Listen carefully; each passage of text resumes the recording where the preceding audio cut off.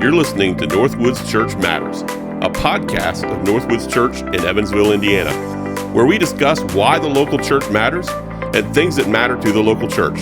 I'm your host, Matt Higgins. On today's episode, I'm joined by our lead pastor, Bobby Pell, our associate pastor of community and discipleship, Darren Garten, and our associate pastor of worship, Marvin Wilson. For our first ever podcast, we're going to have a fun episode where we meet the staff, and you'll learn answers to questions such as who had an imaginary friend as a kid, who annoys their wife the most, and who is afraid of hang gliding. The answers to all these questions and more on today's episode of NorthWoods Church Matters.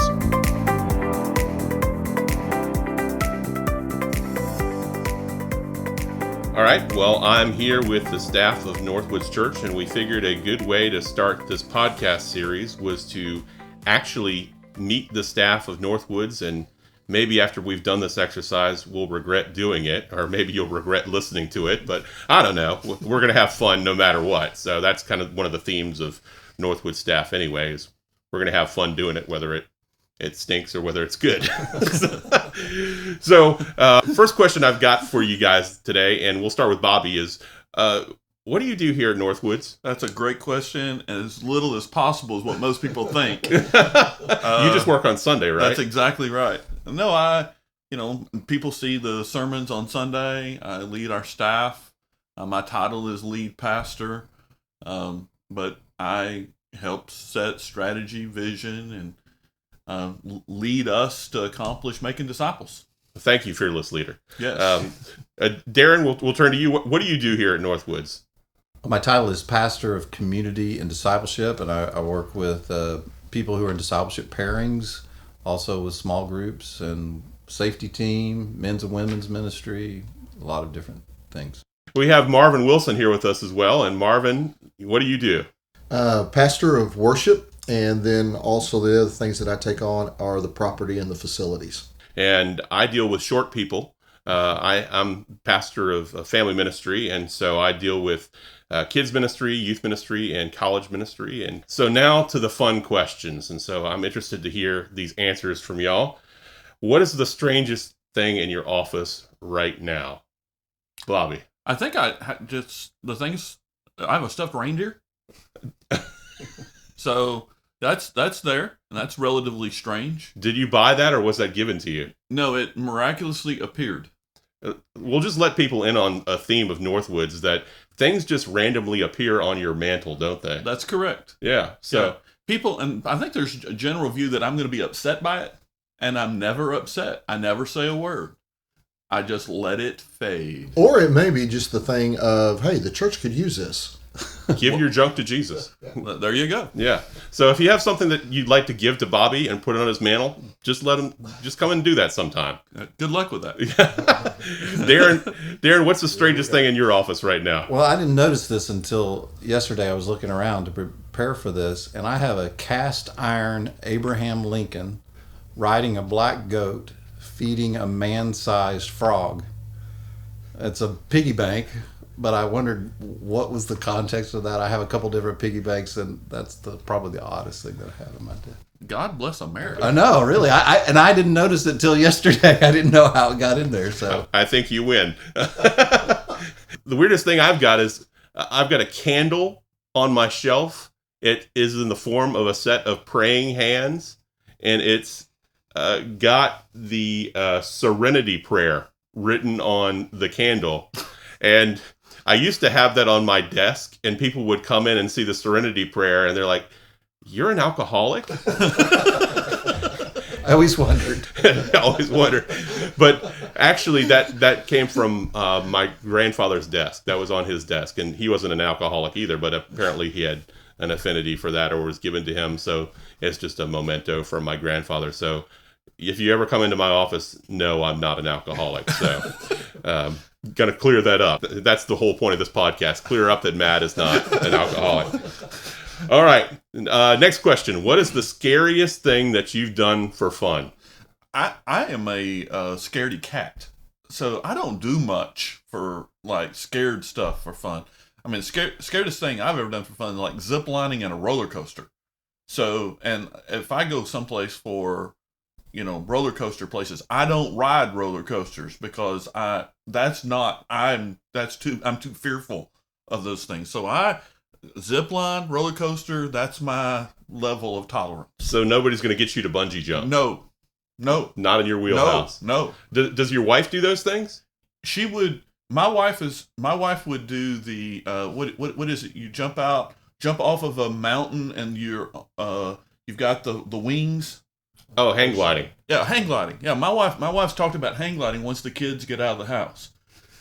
And I'm like, I'll pick you up at the bottom. Pick you up, scrape you up. Yeah, good luck. Yeah. Awesome. Darren, what's the scariest thing you've done for fun? I think ziplining in Ecuador is pretty scary, just because of the equipment and stuff. But bungee jump, I have bungee jumped, and so. Yeah. Marvin? Some people would say I ride motorcycles. And so, speed doesn't bother me. In fact, yeah. We'll leave it there. I feel the need for speed. Yeah.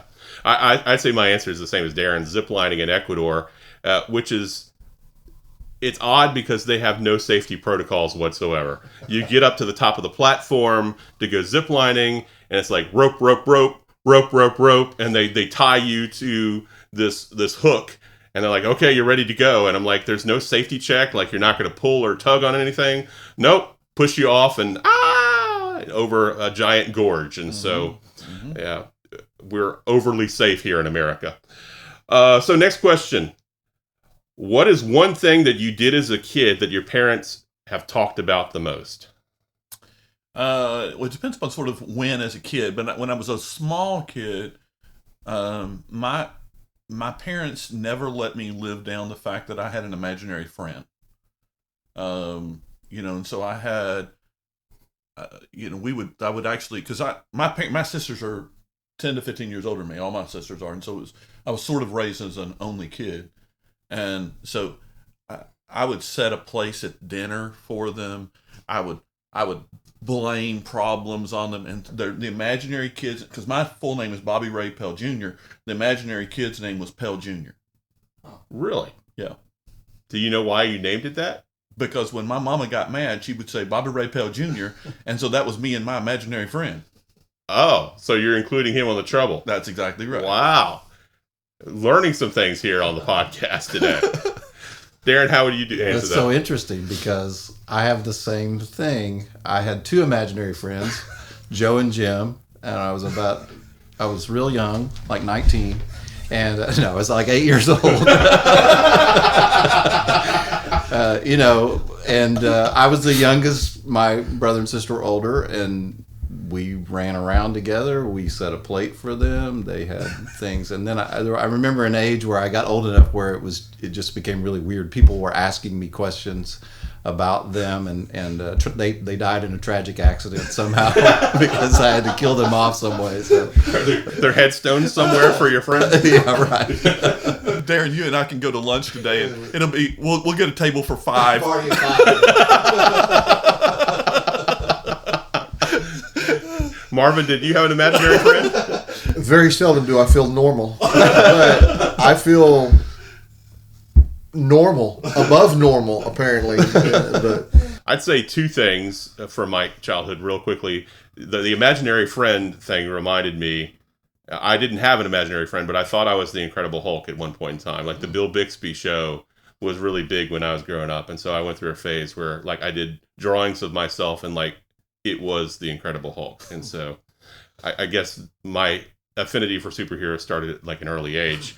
But then the thing my parents actually talk about the most is like when I was 2 years old, there was a moment where I think I just finished taking a bath and I was naked, and then I went to go ride a rocking horse. And then they have pictures of me riding a rocking horse naked. So hopefully those pictures don't come out now that we've talked about this podcast. Scandal. The scandal. They have naked pictures of their son. Were you drunk? God give me the serenity. No, that wasn't until 3, and I met my imaginary friend Pell Jr. He was a big drinker. What's the funniest thing that's happened to you during a church service? Jim Conover was sitting on the front row. The two hilarious things, I'll only tell you one of them. But Jim Conover was sitting on the front row, and I was preaching, and I would come off the stage, go back onto the stage, come off the stage, come back on the stage.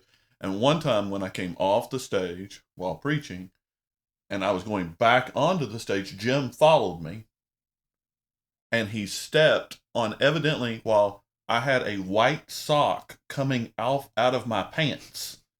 And he stepped on the white sock, picked it up, and showed the congregation like he had just killed a squirrel. So I didn't know what was going on, but he was so proud of showing the church that he finally got the white sock that was falling out of my pants. Everybody was probably watching that the whole service, right? That's right. He killed a squirrel. Darren, what about you? I think the thing, I've done a lot of dumb things because I'm kind of clumsy sometimes, but since I've been here, one time going up on the stage, I tripped and fell all the way to my knees, which was not a big deal probably, but when I stood up, I was trying to say, it's like I'm drunk, but I said, I'm drunk. This was in my first couple of weeks here at the church, so I was really making a great first impression, which my kids played a video of that over and over and over. They just showed all their friends and stuff. It was great comedy for them. So maybe you need my candle. Marvin? It was actually in Honduras. I was on a mission trip, and one of the guys from our church, they had a piano there that nobody knew how to play.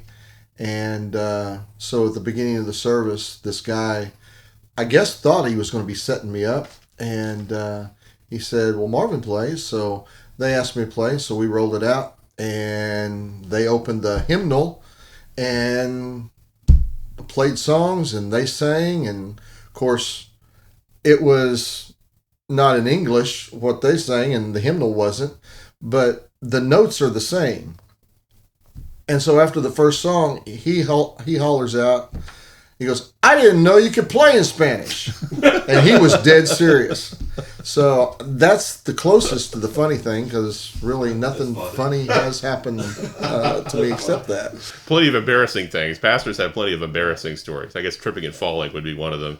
This isn't a church service story for me, but it was a business meeting story, and it was really funny. But I was pastor of a church before here, lead pastor, and I was at a business meeting, and one of the items on the agenda was we were in the process of converting a ladies' room to a unisex bathroom for everybody to use. It just was a weird bathroom, and people had a hard time using it because of space and things that were in it, so we were trying to convert it to make it more efficient. And so in the business meeting, this item comes up, and an elderly lady gets up to propose the question to the pastor, and she gets up and says, Pastor, would you give us an update on the status of the bisexual bathrooms at church? And I just paused for a minute, and just everybody just bust out laughing, but that was hilarious. So we still talk about my family as they're going to be a bisexual bathroom in church. That was pretty funny. Okay, here's a great question. What is one thing that you do that annoys your wife? And maybe you want to tell the story, Bobby, about... I was lying in bed last night knowing this question was coming, and I'd forgotten to ask my wife, what's one thing that I do that annoys you? And so I have a CPAP on, and I threw the CPAP. So I'm supposed to ask you, what's one thing that I do that annoys you? And I'm doing this through the CPAP. I said, the question's going to be asked to me tomorrow on a podcast. And it was 10:12. And for the next 8 minutes, she lists multiple things. And then she says, I'll send you a text tomorrow of more. And then you can just choose. So I've decided I'm not going to tell you any of them. I will just let you, if you would like, anybody can just go talk to my wife.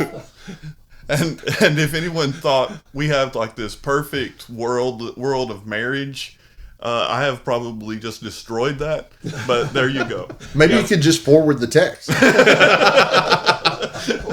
We can blog it. Darren, what about you? Well, there's any number of things limiting what I should say here, but I think one of the things that I do that my wife is mildly annoyed about is I put too much stuff in my pockets. I see my pockets as kind of utility belt that I want to be ready for all eventualities. So, I have headphones, a pocket knife, enough change where I don't have to break $1, 2 pens, wallet, phone, all those kind of things. And she said I look like I have saddlebags on whenever I do it. So I have to try to kind of find a middle ground between what I would need and what will please her. So you like cargo pants? I would. Cargo pants would work for me. So, Marvin, what about you? Similar thing last night. I asked Linda, and really, maybe it's because she's short. She gave me a short list, but I guess one of the things is I don't make the bed. I have a hard time seeing the point of making the bed. I guess you could say that I don't make the bed, but I turn the bed down for the night to follow to get ready. So I'm ahead of the time, But no, I don't make the bed. She would like for me to make the bed, and so I made the bed this morning, right before this, podcast. Changing your ways. And so, Well, mine is I chew ice. My wife hates it, and my mom does it too. So we were just on vacation last week and went home. Yes, and that's exactly right. She was so annoyed. It was in stereo. I was on one side of her chewing ice, and my mom was on the other side chewing ice, and she just was gritting her teeth the whole time. So that was fun. So let's switch gears here. We've done the fun and stuff, and so we'll take a few minutes here to talk about why are we podcasting and what's the purpose of this. And I'll give Bobby the first question, which is, why is NorthWoods Church doing this podcast? We're doing the podcast because there are things that we need to talk about that we don't have time to really address on Sunday morning. There used to be in church life Sunday morning, Sunday night, and Wednesday night church services. You would have your largest crowd on Sunday morning. It would become smaller on Sunday night, and maybe even a little bit smaller on Wednesday night. But on Sunday night and Wednesday night, you could sort of talk to the church, if you would, without the visitors or the once-a-monthers. And you could talk to the church on Sunday night and Wednesday night. There are just things that we need to be able to address with the congregation more than once a week. Right. And this gives us that opportunity. Kind of like family things that you talk about with the family as opposed to just things that you would talk about when company's over. That's exactly right. Yeah. These are family conversations.